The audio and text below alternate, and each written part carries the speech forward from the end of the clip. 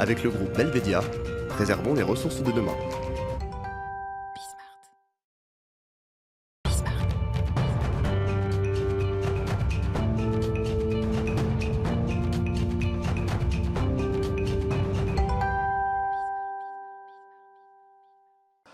Fenêtre sur l'emploi, notre rubrique consacrée notamment au recrutement. On va parler aujourd'hui des jeunes qui sont parfois un petit peu perdus dans leur choix d'orientation. Et on en parle avec Bertrand Trastour. Bonjour Bertrand. Bonjour. Ravi de vous accueillir. Vous êtes le directeur général de Kaspersky France, Afrique du Nord, de l'Ouest et du Centre. En quelques mots, Kaspersky, vous êtes venu avec votre petite plaquette, société de cybersécurité. C'est du sérieux, on n'a jamais autant parlé de cybersécurité. On a en effet beaucoup parlé de cybersécurité sur cette dernière année, dans un climat de pandémie où en effet on n'a pas mesuré beaucoup plus d'attaques, mais où les effets ont été beaucoup plus dévastateurs.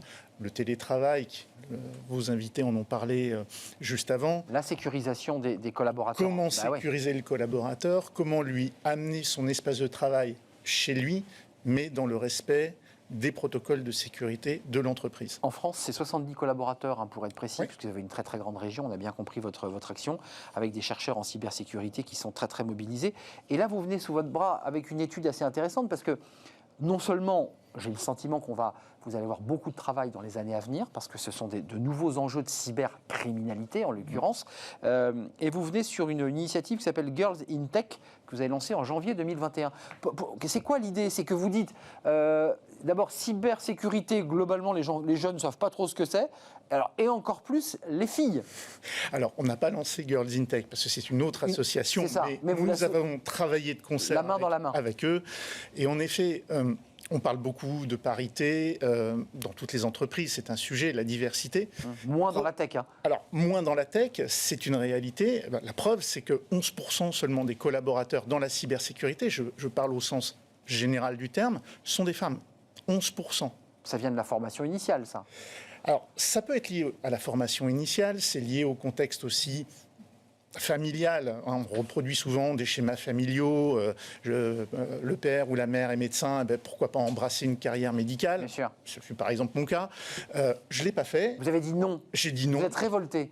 Révolté, peut-être pas. Mais en tout cas, voilà, je suis passé dans ce côté-là. Alors certes, plutôt côté commerce, mais ce que l'on voit aujourd'hui, c'est que la cybersécurité est quelque chose est peu vu comme étant utile au sein de la vie numérique, ou du moins au sein des études. Utile, ça l'est, mais attractif pour le moins. Comment on donne envie, parce que c'est une de vos études, j'ai vu que 35% des jeunes interrogés, donc les 18-25, ne savaient même pas ce qu'était la cybersécurité. On a souvent l'image, alors tout à l'heure, quand vous m'avez annoncé, vous avez parlé cybercriminalité. Oui, je savais que j'allais me reprendre. Cybercriminalité, c'est le côté, le hacker, la capuche, voilà, on ne voit pas son visage, qui est en train d'essayer de détruire votre entreprise ou capter de l'information. Bon. C'est pas que ça. C'est pas que ça. C'est pas que ça. Aujourd'hui, en effet, il y a un enjeu majeur sur la cybersécurité. Les entreprises sont équipées en outils informatiques. On a le télétravail, on a des chaînes de production qui sont informatisées. Et l'on voit aujourd'hui une cybercriminalité qui cherche à faire de l'argent. Purement, bêtement, ils veulent faire de l'argent. Comment endiguer cela? On a des outils. Nous sommes éditeurs. Il y en a beaucoup d'autres sur la place. Il y a un certain nombre d'autres sociétés qui intègrent ces solutions, qui font du conseil, qui accompagnent les clients. Et préventif. Voilà, et les clients eux-mêmes qui ont des équipes de réponse sur la cybersécurité. La preuve en est, c'est qu'aujourd'hui, la filière française de formation sur la cybersécurité, elle est en train de monter en puissance. Mais elle n'était pas très dynamique. Voilà, c'est ce qu'on a constaté sur ces dernières années, c'est qu'en effet, il y avait peu de formations spécifiques.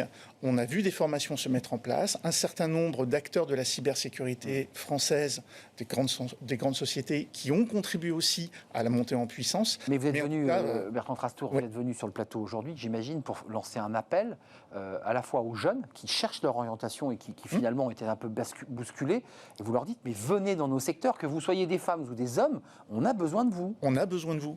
On a besoin de vous. On est face à un besoin en talent, en ouverture d'esprit, en pragmatisme, en créativité. Donc c'est pas seulement de dire on va accueillir des ingénieurs. Bien sûr qu'en effet, la base de la cybersécurité est de de la vie numérique C'est est plus basé ça. sur de la technologie. Donc il faut avant tout des esprits structurés, curieux, logiques. C'est ce que disent dans ce rapport certains de nos chercheurs, comme Félix Aimé, qui l'a dit clairement. Il a fait un bac économique. Il se retrouve aujourd'hui comme étant un de nos principaux chercheurs en cybersécurité. Mais c'est quelqu'un qui a su appréhender le sujet et le transformer, et se transformer avec. Donc n'ayez pas de complexe, jetez-vous. Si cet environnement vous intéresse avant même de réfléchir à être ingénieur, c'est possible, il y a un espace, c'est ce que vous nous dites. Oui, absolument. Il y a un espace. Il y a quand même derrière une volonté, quand même, je le redis, d'attirer des talents. Pourquoi ? Parce qu'il y a d'autres pays qui sont plus dynamiques en matière de recrutement, en matière de cybersécurité.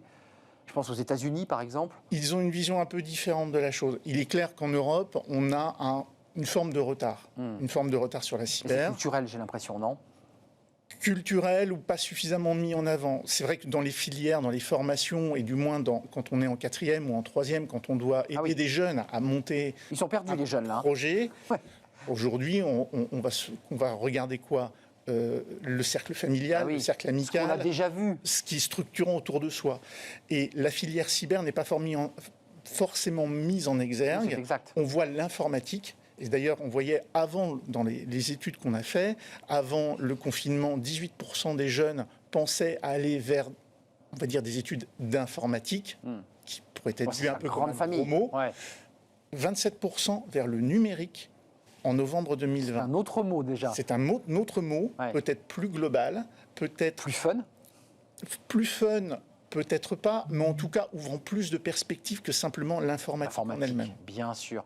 Donc les portes sont ouvertes. Il y a cette étude qui est intéressante qu'il faut lire parce qu'elle donne un diagnostic. Avant de nous quitter, qu'est-ce que vous allez faire concrètement ? Bon, passer à la télévision pour dire venez nous rejoindre, évidemment, ce qui est important. Mais et quoi d'autre ? Vous allez dans les écoles directement ? Alors, on a fait quelques actions vers des écoles les années précédentes, quand on pouvait encore se déplacer. C'est vrai. J'ai eu l'occasion d'intervenir dans certaines écoles. Ouais, c'est intéressant. Pas forcément suffisamment, c'est pas notre métier premier. En tout état de cause, c'est de travailler conjointement avec certaines organisations, justement pour promouvoir la cybersécurité, la promouvoir également vis-à-vis aussi des femmes, pour recruter des talents, parce qu'elles ont aussi Girls in Tech. Voilà, un autre prisme d'analyse, et c'est enrichissant pour nous.